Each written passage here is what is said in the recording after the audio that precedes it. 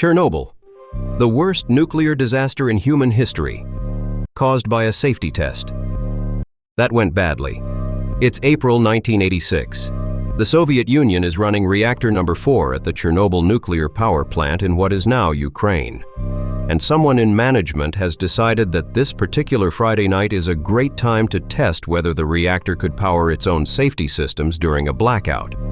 This was actually a reasonable idea. The execution, however, was not. The test had been attempted the previous year. It failed. So they scheduled it again, for the night shift, with a crew that had not been briefed on the test, and a reactor that had been running all day and was, chemically speaking, in a deeply irritable mood.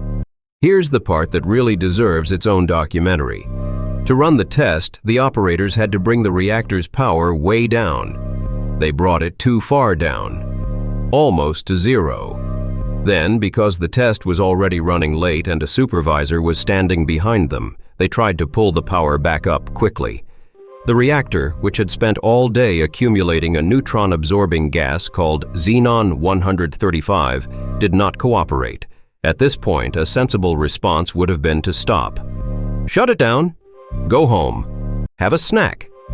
Instead, the operators manually withdrew most of the control rods, the things that slow down the reaction, to compensate. Plant safety regulations required a minimum of 15 control rods in the core at all times. They were running on 6. At 1:23 in the morning, they finally ran the test. The reactor surged. The operators hit the emergency shutdown button.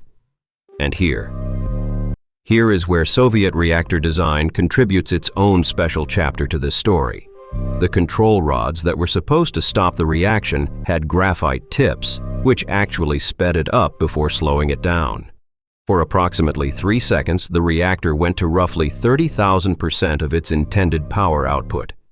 Then it exploded. Twice. The initial blast blew the 1,000-ton steel and concrete lid clean off the reactor. The second explosion scattered burning graphite and reactor fuel across the surrounding area. First responders arrived within minutes. Nobody told them what they were walking into.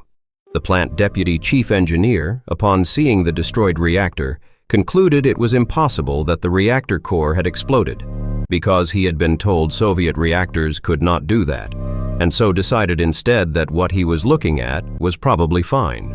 It was not fine. Chernobyl's reactor burned for 10 days, releasing radiation across Europe. The nearby city of Pripyat, home to nearly 50,000 people, was evacuated 36 hours later, after a full day of children playing outside on a Saturday morning.